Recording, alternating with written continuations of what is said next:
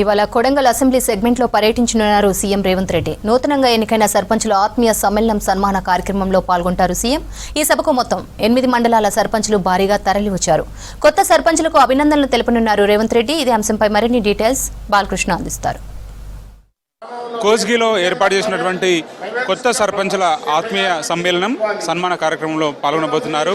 So Kodangal కాన్స్టిట్యున్సీలో ఉన్నటువంటి 8 మండలాల పరిధిలో 180 సర్పంచులు, అట్లాగే 1511 మంది వార్డు మెంబర్లు ఎన్నికయ్యారు కాంగ్రెస్ పార్టీ తరఫున. వాళ్ళందరూ కూడా ఘనంగా సన్మానం అందుకోబోతున్నారు.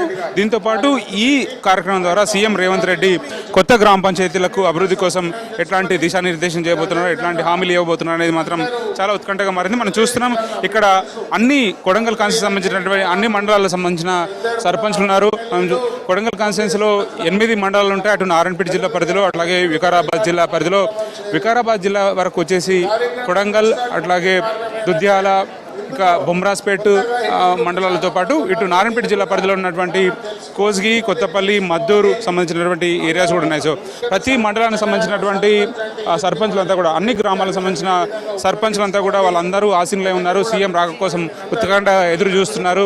సీఎంని చేతుల మీదుగా సన్మానం పొందుకోవడానికి వాళ్ళంతా కూడా ఆసక్తి చూపిస్తున్నట్టు పరిస్థితి కనిపిస్తుంది. సో ప్రతి మండలాల వారిగా మనం ఇక్కడ చూస్తుంటే అటు మద్దూరు కానీ కొత్తపల్లి మండలాలకు సంబంధించినటువంటి ప్రథమ పౌరులు అందరూ ఉన్నారు.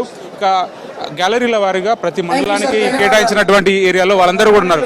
సో మనం చూస్తున్నాం సర్పంచులు వాళ్ళ ఎక్స్పెక్టేషన్స్ ఏంటి, ఇప్పుడు కొత్తగా ఎన్నికైనటువంటి సర్పంచులు వాళ్ళు ఏం కోరుకుంటున్నారు, గ్రామాల అభివృద్ధి ఏ విధంగా అనుకుంటున్నారు, వాళ్ళు గ్రామాలకు ఇచ్చినటువంటి హామీలు ఏంటి, సీఎం కోసం ఎట్లా ఎదురు చూస్తున్నారు, వాళ్ళ మాటలు తెలుసుకోండి. చెప్పండి. భారతదేశంలో ఎక్కడ చేయనటువంటి సన్మాన కార్యక్రమము సర్పంచులకు, ఉప సర్పంచులకు, గ్రామ వార్డు మెంబర్లకు సన్మాన కార్యక్రమం అనేది మా జీవితంలో చేసుకున్న పెద్ద మహాభాగ్యంగా భావిస్తున్నాము.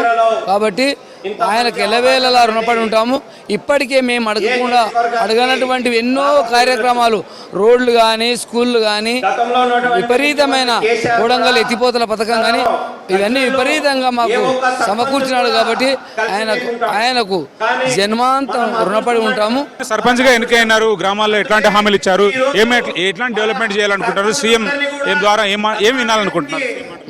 మా గౌరవ ముఖ్యమంత్రి మాకు ఉన్నాడు కాబట్టి మేము ఇంతమంది మీ కొడంగల్లో 98% మేము గెలుచుకున్నాం సర్పంచ్లను.